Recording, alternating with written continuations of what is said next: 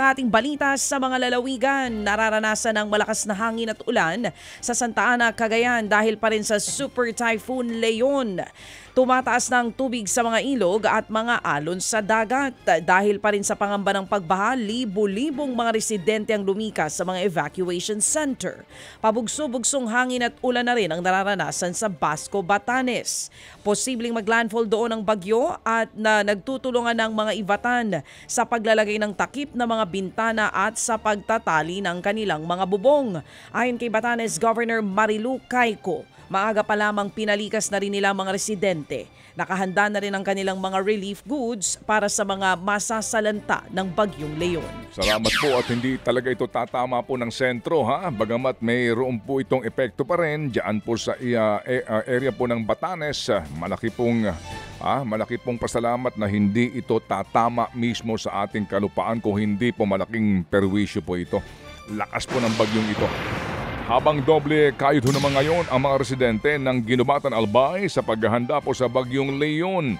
Inaalis na po ng mga residente ang sangkaterbang buhangin na kasamang inanod ng baha sa kasagsagan po ng Bagyong Christine. Yan nga po kasi ang isa sa mga bumabara ngayon sa mga kanal kaya umabot po ng gabaywang ang baha.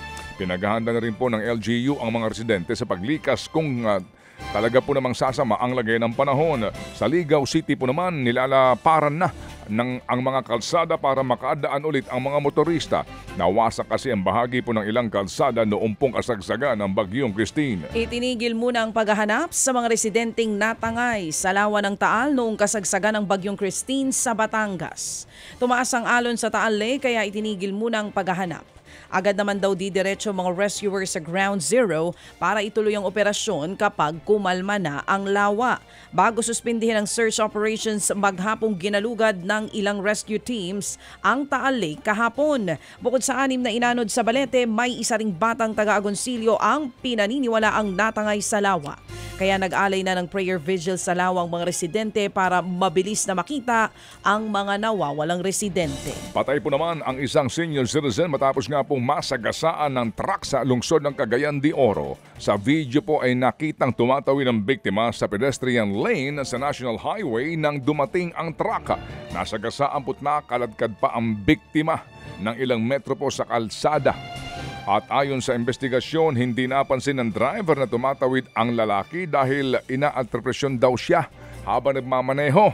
Sumuko na po ang driver na maharap ngayon sa reklamong reckless imprudence resulting in homicide. Binaril sa ulo ang isang babae habang nagsusugal online sa isang computer shop sa Cebu City. Wala nang buhay ang biktima nang madatna ng mga pulis habang nakaupo sa harap ng ginamit na computer. Ayon sa isang testigo, nakaalita ng biktima ang isa niyang kaibigan habang nagsusugal kaya ito binaril. Lumalabas sa investigasyon na onsehan sa droga ang ugat ng aaway. Hawak na ng mga pulis ang kopya ng CCTV pero tinutugis pa rin ang suspect. Ted Filon at DJ Chacha ngayon nasa Radyo 5 92.3 News FM Monday to Friday 6 to 10 a.m.